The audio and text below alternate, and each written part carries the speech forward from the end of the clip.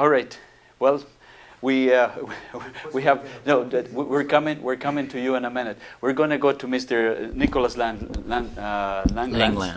and he has another of the finance topics. And can you read what the title is, and then which of the answers would you choose? Okay, the topic is debt, which is on here stated as about 500 billion. Government should finance capital development deficit from select one. The first one says the Bank of Canada should to reduce the 34 billion annual interest on national debt. The second one is no borrowing should be allowed, balanced budgets only. The third is Bank of Canada, commercial banks and financial institutions. And the fourth is the Bank of Canada should not compete with private banks and financial institutions. Now, this is a very complex issue. Is any of those ones your choice? Any ones that stand out to me? Well, no, I find that I think that this is too narrow. Okay, so what would be your answer to that? My answer would be capital development should be a mix of government and private. Private should be always allowed to be able to finance things that may be a little more cutting edge, a little bit more different. Government, if they're going to be involved with capital development and putting money, it should be not so much say on moral grounds, but it should be on where we should be going, where we should be needing to go that may not have quite the development, some things like green issues and else. Now, when it comes to the deficit, this is clear, and we shouldn't have one, is basically what it should be. And our goal should be to eliminate it, and eliminate the interest, the debt itself. But it is you should set aside a portion, and any surpluses, well, maybe not any surpluses, but most of the surplus should always go to debt management, because if we eliminate debt, regardless of whether it takes 10 years or 30 years, the planning of it benefits Canada. And the eventual elimination of the debt would put us above and beyond many of the other G8 countries. So for me, I would say that the government, I would add one, saying that the government of Canada needs to develop a long-term, permanent, legislated debt reduction program that cannot be merely changed at the whim of a hat, the drop of the hat. Nicholas, when we have to build the highway, we don't have the money all at once. Usually we borrow a big chunk of money and then we pay it in a mortgage, like when you buy a house. So governments need to borrow money. And the question here is, should they borrow it from the Bank of Canada, or should they borrow from the private sector, or both, or something else? Well, you're talking about capital development. That's correct. Well, with capital development, it needs to be a mix. It needs to be okay. Partially. So your answer is there to actually, reduce yeah. Pardon me. To reduce interest. Yes, the Bank of Canada should be involved, but there should be a private element involved so that you're diversifying the risk. Mm-hmm. All right.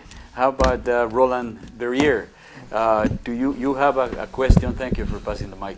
You have a question there, and it's on the same topic of finance. So we're talking of finance as if we were accountants.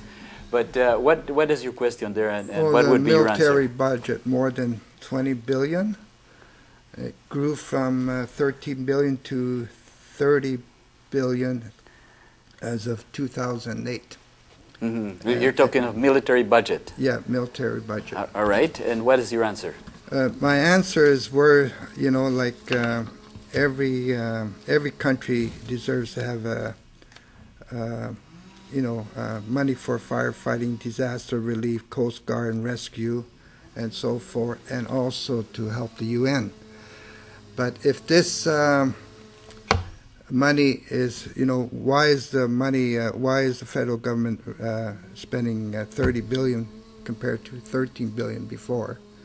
And where is it being spent? So like our party opposes oppose Canada being in NATO.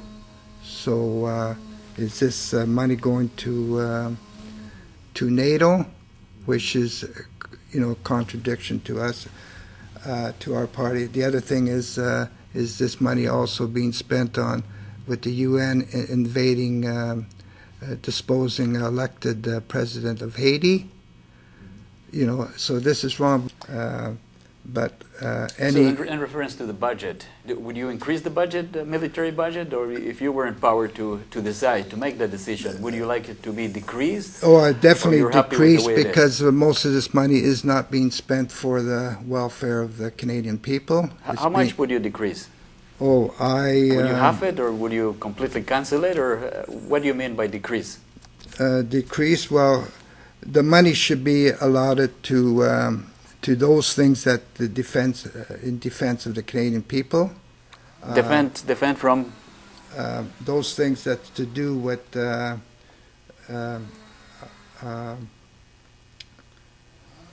you know, if this is part of the firefighting, disaster relief, Coast Guard, search and rescue, and the UN peacekeeping, if it serves that way, then we should fund it, that part. But when it comes to being involved in NATO apparatus, NATO in Serbia and in Afghanistan, we should oppose that.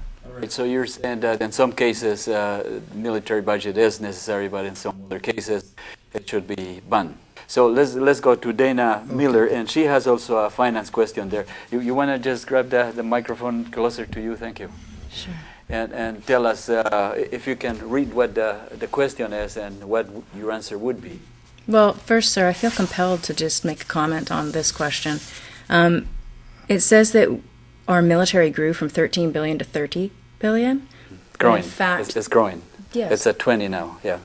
But would in fact, the Conservative Party of Canada posted at midnight on their website a $490 billion commitment to building our military machine. And a tremendous amount of those contracts are going to the U.S. Mm-hmm. You have to ask yourself why, when they've just opened up, I think it was a $28 million oil pipeline in Afghanistan, and we now have the extended mission to 2011. What exactly is going on with the Conservative Party in Canada and their commitment to military spending, and why? So that's just my comment on that. But the question you gave me, and this is the first I've seen that question, is with regards to the GST, 31.2 billion, then brackets 2008. And then there's a vote count here of 100%. So I would suggest that your individuals that registered on your website said that they were 100% in favor of a universal transaction tax without rebates and without exceptions, collectible by banks and businesses. So replace the 5% GST for a 2% universal transaction tax. Well, there's more answers there. There are. Sure, I'll read that. Don't change the current GST for a lower universal transaction tax, 0%.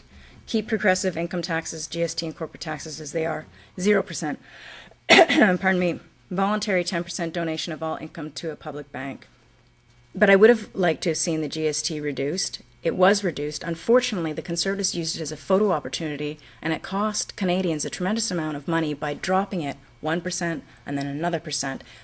And Canadians don't realize how much it cost them each time that it was knocked off. If you're going to knock off the GST or drop it any certain percent, you ought to do it in a lump sum because it's more genuine that way. So you want to know what I think about the universal transaction tax, replacing a 5% GST for a 2% universal transaction tax. I came from a place of poverty, and sure, I'm fine with that. It's just that I don't think that that's foreseeable in the near future. Mm-hmm. I think that the Liberal Party of Canada has clearly stated that they have a commitment of leaving the GST at the 5% for the time being. Okay, but if it was your choice, you would like to reduce it further, is that what you're saying? Yes, my personal choice. Okay. Okay. All right, and is that answer also in that paper, or is that answer is not included there? No, that answer that I just gave is not included here. Okay, when you go into NowPolling.ca and register yourself as a voter and enter that, because a lot of people that think like you might want to vote for that, and then the poll will show your choice better than somebody else's choice. Well, thank you, Dana. Okay. Let's continue with Dan Kashagama, thanks. Yes, can you remove the microphone? Sure. Towards you, please? Thank you. Alrighty. And you have a question? I have a question, and it says it's about personal income tax. And the three choices that I have is one, start progressive income taxes at the poverty line, about $18,000. The second one says flat income taxes, 17%, but it puts some business exemptions. And then the third choice is remove income tax and PST and lower GST dramatically after removing useless social services. The total votes cast for these five, and the last option got 0%. The first option got 80%. So what's your choice? The thing is this, the list is not comprehensive, and I'll try and go to the list and add things. I think that progressive taxes are great, but I need to make a caveat here. You need to target taxes. You can't just make blanket taxes all the time. And so all these options are a bit faulty from that point of view. If you're living in a small town where seasonal work is the only source of income, you can't do certain things with taxes. If you're depending on property taxes, that's a different. You have to have a different approach. And so there has to be a nuanced approach. And if you're dealing with, say, capital gains tax, like if people are concerned about that, this is not an option here.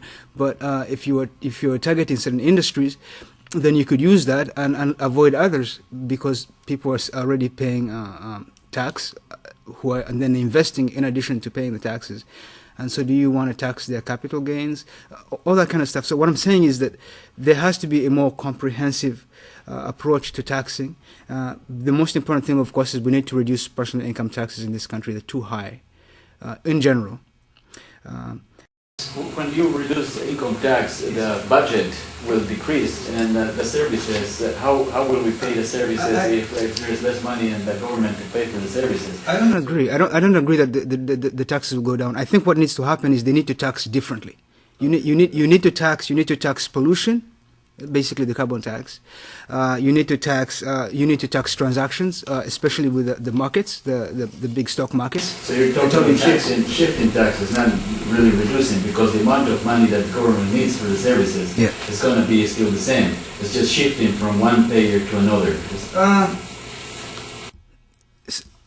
Certain services are very expensive and would cease to exist if the government was a Green Party government. Well, first of all, in terms of, let's say, in this region alone, right, we're spending $3 billion, I think, on the Gateway project. That's what they're saying. Now, where that money is coming from, and is it a wise spending choice? Now, if you were to decide to go another way and say, you know what, we're going to have other projects that don't require this kind of outlay or monies, or require a different amounts of money, then you don't have to tax so much. So it's important what you tax, how you tax it. Yeah. All right. So your answer is not there. So in 20 words or so, how would you frame it so it will be loaded in the computer and have other people agree with you? Okay, we need to consider more bonds for financing government besides just we're discussing. And instead of taxes, you're suggesting that we not instead of, but in addition to, in order to reduce the burden on the people, right? We need to target other ways to raise government funds. Mm-hmm. Right? Borrowing from regular people. Yes, instead of depending on private banks or the federal government banks. The government, instead of saying pay up your taxes, should be saying lend me some money and we'll pay you some interest from others that are paying taxes. Well, that's already happening with the guys with the big money, right? The small people are excluded because the government hasn't cared very much for municipal bonds or for any other kinds of bonds. They haven't been helping to. This infrastructure with bonds is falling apart. Okay. It's not being supported anymore. Okay, Dan Kashigama, we already discussed the 2 minutes that we had for you. But we go into the third part of this program. But very quickly, we're going to have 1 or 2 minutes to so you can bring one of the topics that the others had that you wanted to say something because you wanted to cut it before. Yeah. So well, later on is your turn, and now is your turn. Jeez. One of the topics the others had, and you wanted to bring it up. So in a minute or so, Please tell us. Wow. What is the comment you wanted to make? A minute is too short. I don't know where to start. Okay.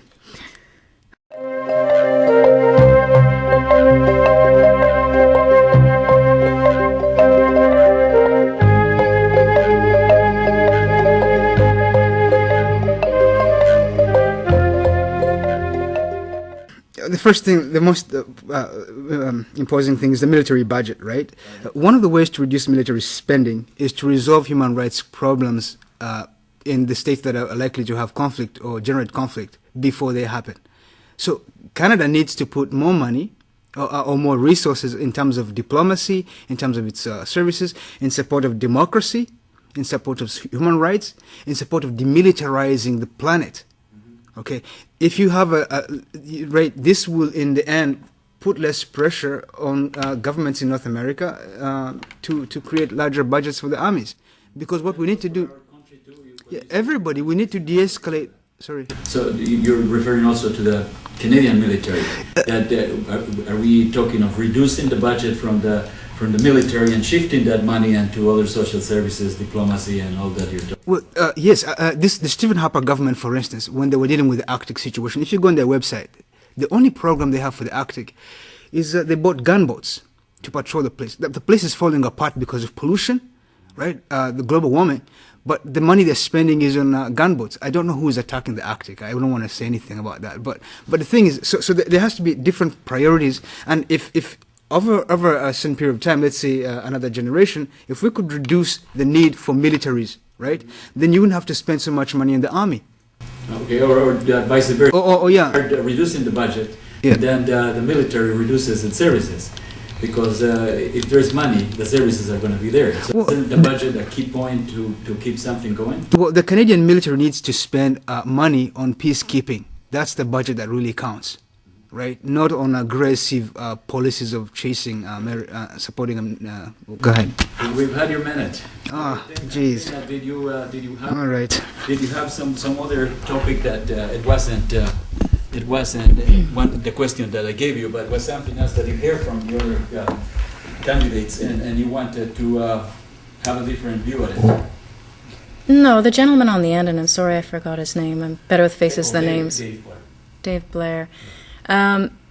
Mentioned that Elizabeth May, the leader of the Green Party of Canada, is receiving a tremendous amount of flack for having suggested that Canadians vote for candidates and parties with a progressive platform or perspective. I just want to take this opportunity to make it very clear that in Canada today we have the Conservative Party.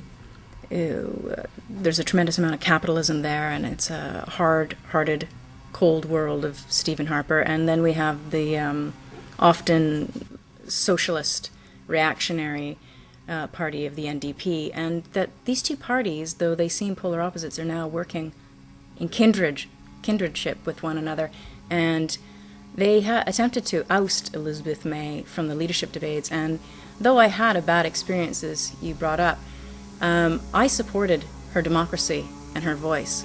So I'm pleased to say that Stéphane Dion did, and the Liberal Party of Canada did, and I know many of my Liberal friends did, both online and publicly.